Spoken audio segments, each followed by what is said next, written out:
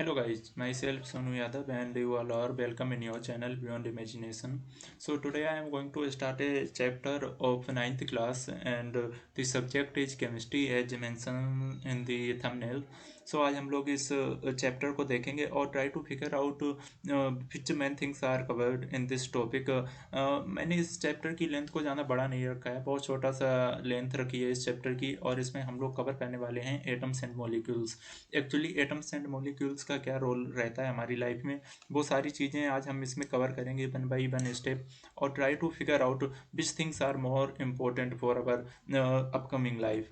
So atoms and molecules, basically atoms and molecules होते क्या हैं। सबसे पहले हम लोग एटम को देखते हैं। N atom is the basic building block of chemistry. एक जो एटम होता है वो मतलब एक ब्लॉक होता है, बेसिक ब्लॉक होता है केमिस्ट्री का। जैसे फॉर एग्जांपल हम लोग अपना घर बनवाते हैं तो जो नींव पड़ती है ना अपने घर की, जो वन बाई वन ब्लॉक रखे जाते हैं ईंटों के, ठीक है, क्ले और फिर जो मिट्टी से बन के मिलती है ना ईंट, जो क्ले रखे जाते हैं, वैसे ही an atom is the basic building block of chemistry. It is the smallest unit into which matter can be divided without the release of electrically charge particles. एक ये सबसे जो मैटर एटम होते हैं ना, वो सबसे छोटी यूनिट है और वो केवल डिवाइड हो सकता है without the release of electrically charge particles. मतलब वो जब ही रिलीज होगा या वो तभी डिवाइड होगा किसी भी चीज़ में जब वो जो इलेक्ट्रिकल चार्ज पार्टिकल्स हैं अगर उनको उनके बिना ही रिलीज होता है। It is also the smallest unit of matter that has the characteristic properties of a chemical element. और ये सबसे स्मॉलेस्ट यूनिट है जो कि मैं पहले ही मेंशन कर चुका हूँ। और यहाँ पे क्या होता है, इसके जो कैरेक्टरिस्टिक प्रॉपर्टीज हैं वो केमिकल एलिमेंट्स से मिलके बनी होती हैं, वो प्रॉपर्टी सब फॉलो करता है यहाँ पे। सो वो चीज़ें हम लोग यहाँ पे डिस्कवर करेंगे और ट्राई टू फिगर आउट कि इनका क्या क्या रोल है आगे। वो सारी चीज़ें हम लोग वन बाई वन करके देखते चलेंगे। यहाँ पे एक तुम्हें वो दिख रहा होगा, जस्ट ए सेकेंड, यस, हाँ। सो यहाँ पे तुम्हें दिख रहा होगा एक एटम का मैंने एक स्ट्रक्चर लगाया है, उसमें बताया गया है कि तुम्हारा जो के सेल होती है उसमें 2 इलेक्ट्रॉन होते हैं, एल सेल में तुम्हारे 8 इलेक्ट्रॉन होते हैं। ऐसे ही ये सेल इंक्रीज होती रहती है। जब तुम हायर क्लासेस पे जाओगे तो तुम्हें पढ़ने को मिलेगा, पहले एक न्यूक्लियस होता है प्लस करके, फिर उसके एक बड़ी ये सेल होती है। ये के सेल में 2 इलेक्ट्रॉन होते हैं तुम्हारे, ठीक है, जो जिसको न्यूक्लियस बोलते हैं के, फिर एल, फिर ऐसे ही एक और बड़ी सेल होती है उसको एम बोलते हैं, फिर इसके बाद एक और बड़ी सेल होती है इसके ऊपर, उसको एन बोलते हैं, ठीक है। तो ये स्टेपें बढ़ती रहती हैं और इसमें इलेक्ट्रॉन्स की संख्या जो है वो यहाँ से वेरी करती रहती है। जैसे कि सेल में अगर तुम्हारे 2 इलेक्ट्रॉन है तो एल सेल में 8 होंगे, फिर तुम्हारे ऐसे ही तुम्हारे 16 होंगे, फिर ऐसे ये इंक्रीज होते रहते हैं, के एल एम एम तक ये सीरीज जाती है, ठीक है। इसमें क्या क्या होते हैं, देखो 8 इलेक्ट्रॉन्स होते हैं जिसमें के सेल में 2 इलेक्ट्रॉन्स होते हैं, एल सेल में तुम्हारे 8 इलेक्ट्रॉन्स होते हैं, ठीक है। और जो इसमें क्या होता है, न्यूट्रॉन और प्रोटॉन भी होते हैं, क्योंकि तभी एक एटम, एटम किसका पार्टिकल्स है, atom is the particles of small neutrons and protons में पार्टिकल से मिलके ही बना है। तो ये सारी चीज़ें उसमें कवर होती हैं, ठीक है। नेक्स्ट पॉइंट में हम लोग देखेंगे कि मॉलिक्यूल्स क्या होते हैं। Molecule is the smallest particle of an element और compound which exist independently and shows all the properties of that substance. Molecule क्या है, एक छोटी सी पार्टिकल ऑफ एलिमेंट है या कंपाउंड है जिसमें क्या क्या एग्जिस्ट करता है। इसमें जो होती है इसकी सारी प्रॉपर्टीज उस सब्सटेंस की इंडिपेंडेंटली वेरी करती रहती हैं। इंडिपेंडेंटली का सिंपल सा मीनिंग हुआ कि एक दूसरे के ऊपर रिलाय नहीं करती हैं, ये सारी प्रॉपर्टी इंडिपेंडेंट होके इस सारे मॉलिक्यूल्स में मूव ऑन करती रहती हैं। सेकेंड इसका पॉइंट देखते हैं कि a molecule is a group of 2 और more atoms held together by attractive forces. और जो एक मॉलिक्यूल का जो ग्रुप होता है वो दो से अधिक मेटर एटम्स होंगे, उन्हीं से मिलके बनता है मॉलिक्यूल्स। एटम सबसे छोटी यूनिट है, सबसे स्मॉलेस्ट यूनिट वो उसकी यूनिट है। बट जो मॉलिक्यूल होता है ना, वो एटम से एटम जब ऐड होते हैं 2 या 2 मोर पार्टिकल्स को हम लोग एटम को एक साथ ऐड कर देते हैं तो वो एक मॉलिक्यूल बन जाता है। और वो किससे, वो हेड कौन से फोर्सेस से होता है, वो अट्रैक्टिव फोर्सेस से होता है और उसको हम लोग केमिकल बॉन्ड भी कहते हैं। जैसे हम लोग कोई स्ट्रक्चर बनाते हैं, जैसे CH4 का स्ट्रक्चर बनाया तो कार्बन की 4 वैलेंसी होती है, तो हम लोग ऐसे 4 पार्टिकल्स लगाते हैं, ठीक है। ये तुम साइड में देख लो थोड़ा सा। तो ये जो बॉन्ड है ना, ये बॉन्ड को ही क्या कहते हैं, ये जो बॉन्ड अट्रैक्टिव फोर्स है ना, इसको जो अट्रैक्टिव फोर्स को ही यहाँ पे केमिकल बॉन्ड बोला गया है। और डिपेंड भी करता है कि हर एक मेटल, हर एक एलिमेंट, हर एक मॉलिक्यूल की जो वेरिएशंस हैं, किसी को इलेक्ट्रोपॉजिटिव है, कोई इलेक्ट्रोनेगेटिव है, तो ये चीज़ें वेरी करती रहती हैं। दिस टर्म में और मे नॉट इंक्लूड आयंस, और इसमें आयंस नहीं प्रो हो भी सकते हैं, नहीं भी हो सकते हैं ये, और ये इनका सेटिस्फाई क्राइटेरिया कहते हैं। थर्ड पॉइंट से देखते हैं जल्दी से। थर्ड पॉइंट से atom of the same element और different elements can join together to form molecules. और जो सेम टाइप के एलिमेंट होते हैं या जो डिफरेंट टाइप के भी एलिमेंट होते हैं, अगर वो साथ साथ जुड़ जाते हैं तो मॉलिक्यूल्स बन जाते हैं, जैसे कि मैं पहले ही बता चुका हूँ। What is molecule? मॉलिक्यूल का कुछ स्ट्रक्चर दिया है, देख लो। मॉलिक्यूल के ऑक्सीजन के दो एटम हम लोगों ने ऐड कर दिए, तो ये ऑक्सीजन की प्रॉपर्टी फॉलो करेगा। ऐसे CH4 का मैंने एग्जांपल तुम्हें दिया था अभी, CH4 तुम्हारा मीथेन हो गया। और कैफीन का ये स्ट्रक्चर देख लो, और ये DNA में भी अपना मॉलिक्यूल से ही मिलकर अपना पूरा DNA तैयार होता है, ठीक है। यहाँ पे दिया है मॉलिक्यूल में consist of 2 atoms of the same element और many atoms of different element, मतलब सेम भी हो सकते हैं मॉलिक्यूल्स और डिफरेंट भी हो सकते हैं, डिपेंड करता है पोजीशन पे। मॉलिक्यूल्स ऑफ एलिमेंट क्या है, एक बार से जल्दी हम लोग रफली देख लेते हैं। Molecules of an element contains atom of the same element, ठीक है। ये वाली प्रॉपर्टी सेम है, क्योंकि जो मॉलिक्यूल्स होंगे किसी भी एलिमेंट के, वो सेम टाइप के ही एलिमेंट होंगे, या तो सेम होंगे या तो डिफरेंट होगा। ये डिपेंड करेगा कैसे एलिमेंट हम लोग ले रहे हैं मॉलिक्यूल्स में। Molecules of some element contain only one atom and molecules of some element contain 2 और मोर एटम्स। बिकॉज मैंने पहले ही बताया एटम को मॉलिक्यूल्स बोल सकते हैं, लेकिन अगर एटम में एक से अधिक हम लोग एटम को ऐड कर देंगे तो वो एक मॉलिक्यूल्स बन जाता है। अब हम लोग देखते हैं एटोमिसिटी क्या है एलिमेंट की। Atomicity is the number of atoms present in one molecule of the element. मतलब एक ऐसा नंबर है एटम, मतलब वो ये दिखाता है कि कितने एटम प्रेजेंट हैं एक मॉलिक्यूल में। Atomicity generally to figure out और find out how many atoms are present in the molecule. So that's why we calculate atomicity for any element. Now we are going to see which types of elements are here and their name, and as well as we are also going to calculate the atomicity, ठीक है। So there are two types of metals, non metal and metal। Generally दो ही type के metal हैं हम लोग जो generally पढ़ते हैं, और उनके कुछ नाम दिए हैं, तुम एक बार इसको रफली देख लेना। नॉन मेटल में तुम्हारा आ जाता है आर्गन, नॉन मेटल में तुम्हारा हीलियम भी है, नॉन मेटल में तुम्हारा ऑक्सीजन और हाइड्रोजन और नाइट्रोजन भी है। मेटल केवल तुम्हारे सोडियम और आयरन है, ठीक है। अब जो नॉन मेटल होते हैं ना, ये तुम्हारे मोनोएटॉमिक हो सकते हैं, डायटोमिक हो सकते हैं। मेटल भी मोनोएटॉमिक हो सकते हैं, डायटोमिक हो सकते हैं। उनकी हम लोग एटोमिसिटी कैलकुलेट करना तुम्हें आगे सिखाएंगे कि कैसे किसी भी मेटल की एटोमिसिटी कैलकुलेट करते हैं, या किसी भी नॉन मेटल की कैसे एटोमिसिटी करते हैं, ठीक है। So moving forward, what is molecules of compound, ये भी देख लेते हैं। Molecules of A compound contains atoms of 2 और more different types of Miller. मतलब मॉलिक्यूल्स ऑफ कंपाउंड क्या होते हैं? कंपाउंड एक जो, अगर देखो सबसे छोटा तुम्हारा होता है एटम, ये चीज याद रखना। एटम से बड़ा तुम्हारा क्या होता है? मॉलिक्यूल। और मॉलिक्यूल से तुम्हारा बड़ा होता है कंपाउंड, ठीक है। ये बात ध्यान रखना।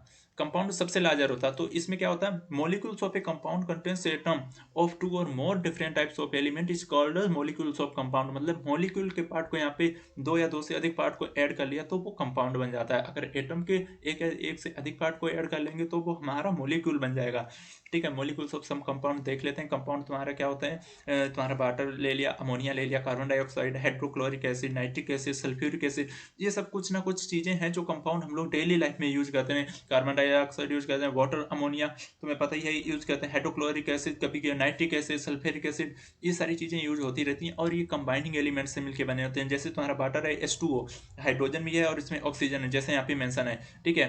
और तुम यहाँ पे बात करें अमोनिया, अमोनिया किससे बनती है? नाइट्रोजन से मिलकर, हाइड्रोजन से मिलकर बनती है। कार्बन ऑक्सीजन, कार्बन डाइऑक्साइड, और तुम्हारी हाइड्रोक्लोरिक एसिड, हाइड्रोजन क्लोरीन, और नाइट्रिक एसिड, ये 3 एलिमेंट से कंपाउंड से मिलकर बना होता है हाइड्रोजन, नाइट्रोजन, ऑक्सीजन। और यहाँ पे क्लियरली मेंशन किया गया है कि तुम्हारा जो मॉलिक्यूल ऑफ ए कंपाउंड होता है वो क्या होता है भैया? कि कंटेन एटम ऑफ 2 और more different types of element. तो यहाँ पे तुम्हें दिख रहा होगा, यहाँ पे देखो, यहाँ पे अगर तुम फिगर आउट करो सही से देखो, तो हाइड्रोजन, नाइट्रोजन, ऑक्सीजन 3 एलिमेंट्स हो गए ना, ठीक है।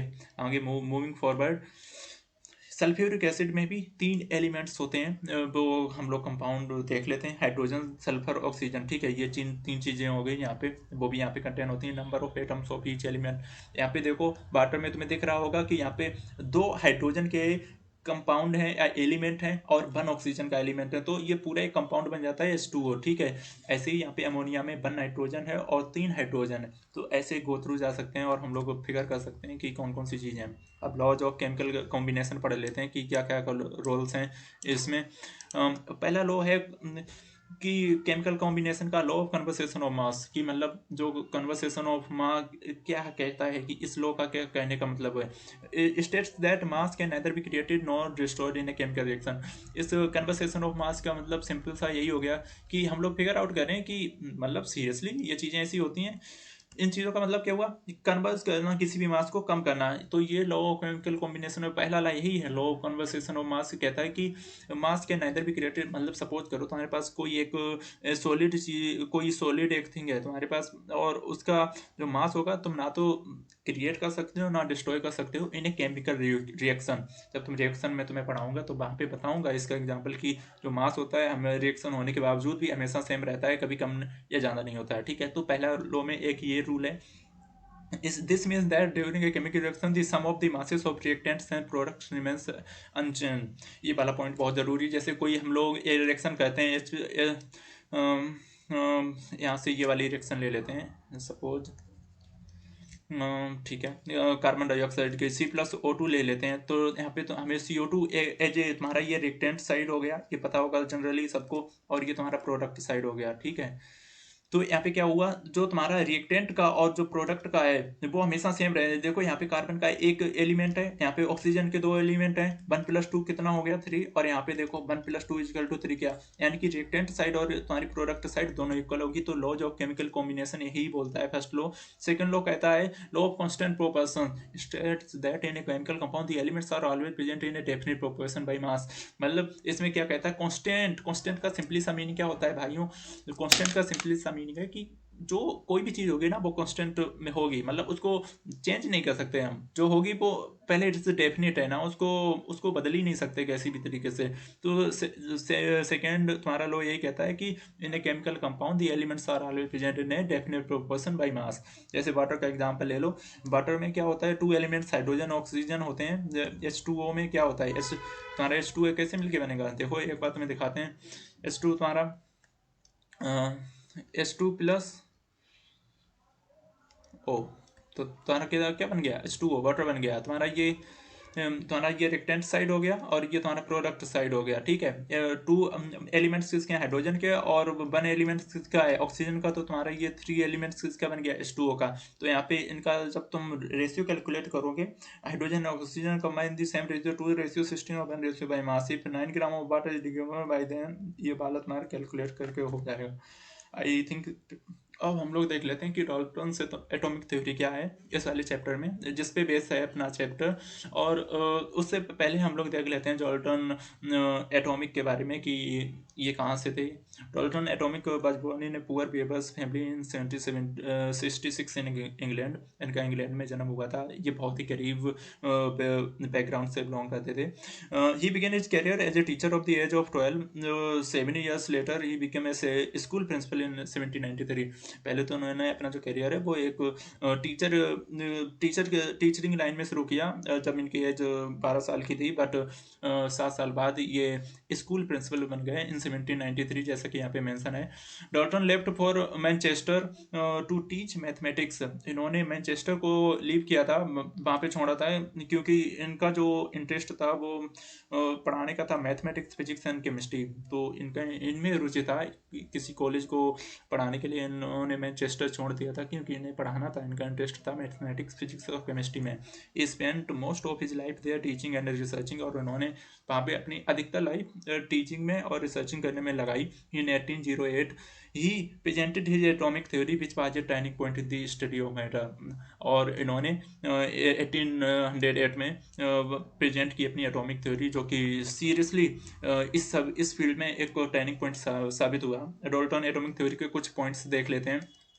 ये पॉइंट्स बहुत ध्यान रखना, क्योंकि ये तुम्हारे पॉइंट्स ऐसा नहीं है कि तुम्हारे 9th लेवल तक हैं, ये तुम्हें 10th 11th 12th और कंपटीशन लेवल में भी अगर तुम किसी जेई या नीट की तैयारी करोगे तब भी ये डाल्टन्स एटॉमिक थ्योरी के पॉइंट्स तुम्हें याद होने चाहिए, क्योंकि ये हमेशा काम आने वाले हैं आगे आने वाले 4 सालों में।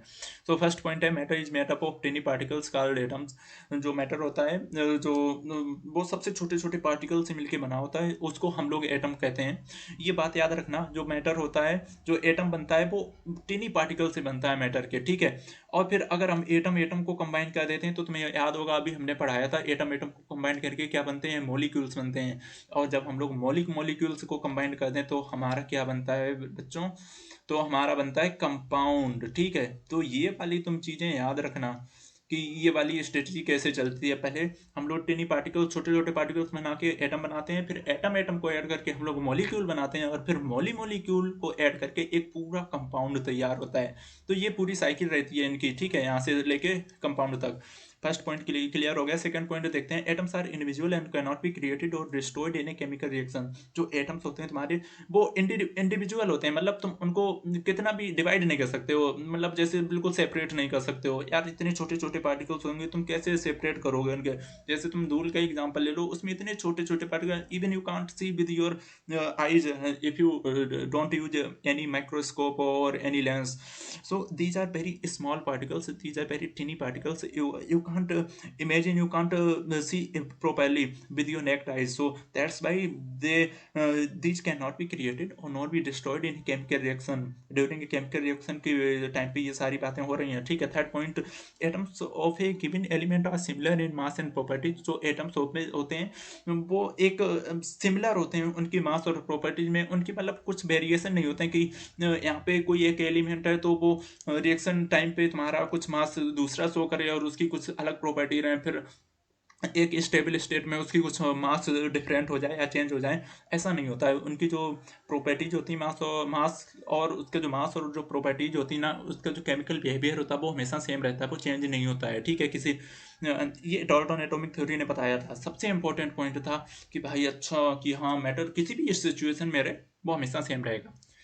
फिफ्थ पॉइंट है, atoms of different elements have different masses and properties. और ये बात बिल्कुल सही है भाई, अगर तुम डिफरेंट टाइप की चीजें लोगे, डिफरेंट एलिमेंट्स लोगे, डिफरेंट कंपाउंड एटम्स लोगे तो उनके मासेस भी वेरी करेंगे ना, प्रॉपर्टीज भी वेरी करेंगे। सपोज अगर तुम मार्केट में गए और तुमने चेयर एक खरीदी 200 रुपए की जिसका वेट 500 ग्राम है, अगर तुमने वही चेयर 1000 रुपीज की अगर परचेज की है तो मे भी उसका वेट 2000 और ग्राम हो सकता है, 2 kg हो सकता है, और overall may be greater than 2 kg हो। तो डिपेंड करता है कि कौन सी चीज़ें हम लोग सेम खरीद रहे हैं या डिफरेंट खरीद रहे हैं। ये वाला इनका फिफ्थ पॉइंट था।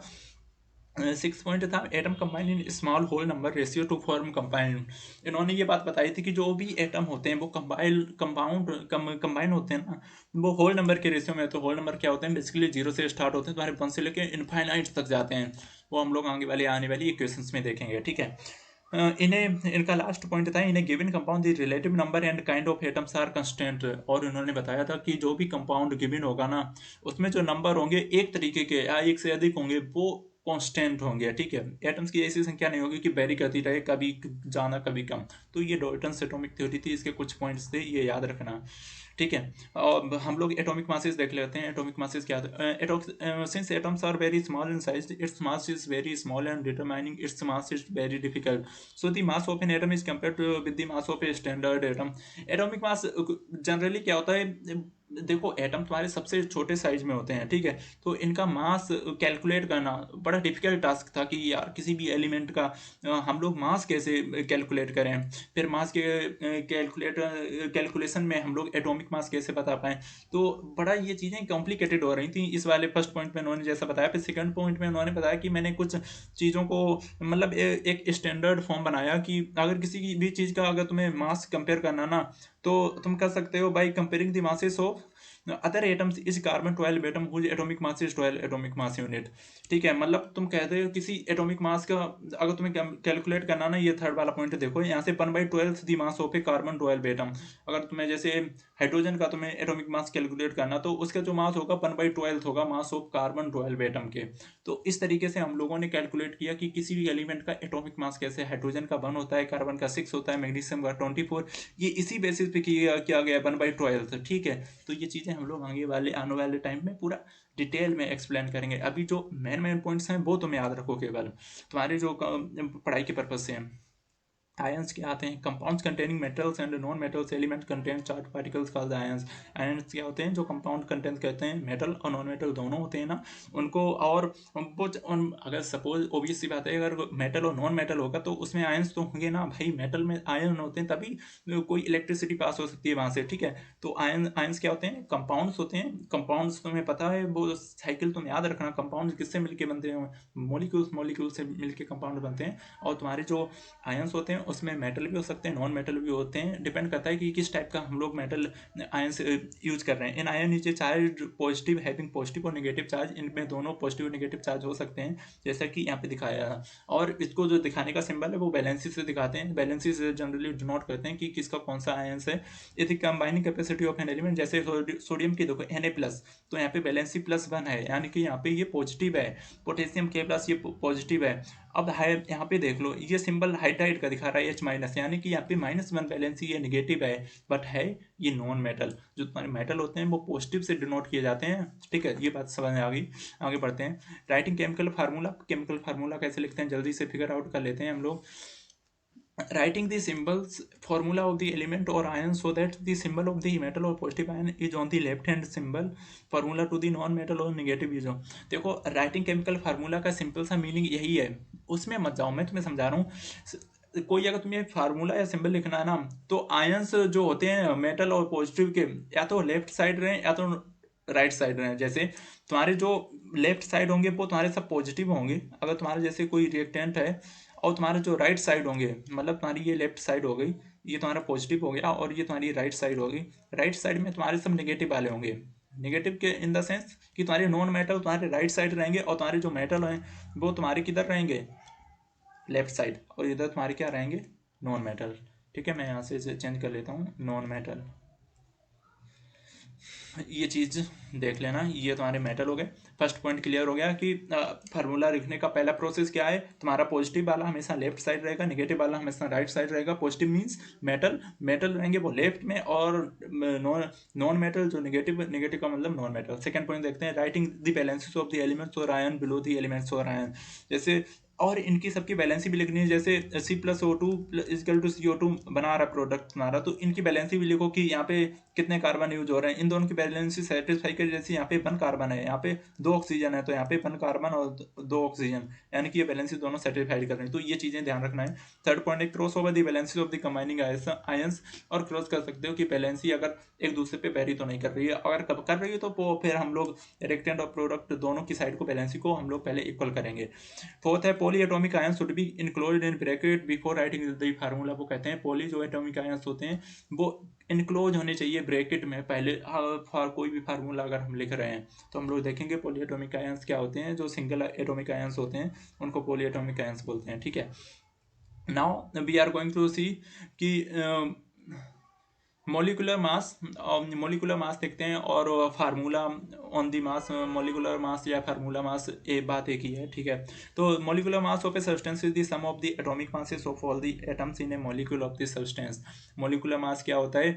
किसी भी सब्सटेंस का जो हम लोग ओवरऑल एटॉमिक मास कैलकुलेट करते हैं किसी भी एटम का या मॉलिक्यूल का, वही तुम्हारा मोलिकुलर मास हो जाता है। जैसे तुम्हारा एग्जांपल दें CO2, जैसे CO2 का एग्जांपल ले लो, और इसका अगर तुम्हें मोलिकुलर मास कैलकुलेट करना है CO2 का, ठीक है, तो यहाँ पे कार्बन कितने 6 इंटू वन एटम तुम्हारा 1 एलिमेंट है, तो प्लस ऑक्सीजन के कितने हैं 2 एलिमेंट है, तो 2 इंटू ऑक्सीजन का तुम्हारा मास कितना होता है, एटॉमिक मास कितना होता है। ऑक्सीजन का एक ऑक्सीजन का एटॉमिक मास कितना 16 होता है, तो 2 का 32 हो जाएगा। एक कार्बन का एटॉमिक मास तुम्हारा कितना होता है? एटॉमिक मास एक कार्बन का तुम्हारा 12 होता है। यहाँ पे 6 नहीं होगा, यहाँ पे 12 होगा। कार्बन 6 तो उसका एलिमेंट एटॉमिक नंबर होता है, बट एटॉमिक मास यहाँ पे कैलकुलेट करेंगे तो तुम्हारा ये 12 प्लस ये तुम्हारा कितना हो जाएगा 58, ठीक है। तो तुम्हारा ये CO2 का 58 हो जाएगा। तो ये तुम्हारा मोलिकुलर मास कैलकुलेट करने का तरीका है, ठीक है। अब आगे देखते हैं मोल कंसेप्ट। मोल कंसेप्ट क्या होता है ये भी फिगर आउट कर लेते हैं। A mole of a substance is that amount of the substance which contains the same number of particles that are present in 12 gram of carbon. मतलब एक मोल भी एक कंसेप्ट है कि कितना अमाउंट ऑफ सब्सटेंस हम लोग ले रहे हैं सेम नंबर ऑफ पार्टिकल्स में, जो कि कितने में प्रेजेंट हो, जो कि प्रेजेंट हो 12 gram of carbon. 12 gram of carbon, ये वाली चीज बहुत इंपॉर्टेंट है। सेकंड पॉइंट देखते हैं, the number of particles present in 12 gram of carbon is कितने होंगे 12 ग्राम ऑफ कार्बन में। तो उन्होंने ये कैलकुलेट करके बताया, अप्रोक्स है 12 इज 6.022 इंटू 10 ठीक है। तो इतना तुम्हें ये कैलकुलेट करना पड़ेगा। ये एक्चुअली में एवोगैड्रो नंबर है। एवोगैड्रो नंबर ये कांस्टेंट बोलते हैं और ये हमेशा कभी वेरी नहीं होता, ये सेम रहता है, ठीक है। इस बात को ध्यान रखना अच्छे से। इसको एक बार लिख भी देते हैं। एवोगैड्रो नंबर है तुम्हारा 6.022 इंटू 10⁻23, ठीक है। ये इस तरीके का है, ठीक है। ये 10⁻23 होगा यहाँ पे, ठीक है, ऐसे पावर में है। तो ये तुम्हारा ये एवोगैड्रो नंबर है और ये कांस्टेंट है, ठीक है। आगे बढ़ते हैं। And A mall presents two things, कि जो मॉल होता है वो प्रेजेंट टू थिंग्स करता है। पहले तो ये प्रेजेंट करता है डेफिनेट नंबर ऑफ पार्टिकल्स, ठीक है, जो कि देखा है 10⁻23 होता है यहाँ पे। 10⁻23 ऐसे लिख सकते हैं यहाँ पे। एवोगैड्रो नंबर होता है, एवोगैड्रो कांस्टेंट इसको बोल सकते हैं। It represents the definite mass of substance equal to the gram atomic mass of an element और the gram molecular mass. Gram molecular mass क्या है भाई, कैसे, अभी हमने मोलिकुलर मास कैसे कैलकुलेट किया था। जैसे हम लोग यहाँ पे ऑक्सीजन का देखते हैं, ऑक्सीजन कितने एलिमेंट है, 2 एलिमेंट है, लेकिन एक ऑक्सीजन का एटॉमिक मास कितना होता है, 16। तो यानी कि 32 का हम लोग मल्टीप्लाई करेंगे, ठीक है। 32 का मल्टीप्लाई कर देंगे तो यहाँ पे कितना हो जाएगा, एक ऑक्सीजन का कितना होता है 16, तो 2 ऑक्सीजन का कितना हो जाएगा 16 इंटू 2 32 ग्राम हो जाएगा, ठीक है। तो ये हम लोग ऐसे कैलकुलेट कर लेंगे, ठीक है। एटॉमिक मास किसी भी नंबर का, जितने एलिमेंट हैं और उसको उसी से मल्टीप्लाई कर देंगे जितना उसका एटॉमिक नंबर दिया है। ग्राम molecular mass of A compound H2O का अगर तुम्हें कैलकुलेट करना है तो H2O में कितने 1 पार्टिकल हैं, और यहाँ पे H2O इंटू 1 एलिमेंट है, और इसके H के हाइड्रोजन के कितने एलिमेंट हैं, 2 एलिमेंट हैं, 1 इंटू 2, प्लस ऑक्सीजन का 1 एलिमेंट है, लेकिन कितने में, ऑक्सीजन का 1 एलिमेंट, लेकिन इसका जो मोलिकुलर मास होगा वो कितने में होगा, 8 का कितना होता है 16। तो तुम्हारा कितना हो जाएगा 2 + 16 = 18 ग्राम, ठीक है। तो ये चीज़ें ऐसे कैलकुलेट होंगी, ठीक है। समझ गए हो, आई होप तुम समझ गए होगे। ये सब फार्मूला दिया है कि कैसे किसी भी चीज़ का कैसे कैलकुलेट, यानी अगर तुम्हें कैलकुलेट करना है नंबर ऑफ एटम्स कैलकुलेट करना है तो molecular mass divided by molecular mass, ये सब चीज़ें कर सकते हैं, आगे हम लोग वो देखेंगे। So thank you guys for today, and we will see you in another lecture where we will discuss the all concepts of the related to this chapter. So till then, bye bye, take care। और अगले वाले chapter में हम सब बता देंगे कि पहले से बता देंगे इसमें कितने टॉपिक्स और कितनी PPTs क्लियर होंगे। So thank you guys।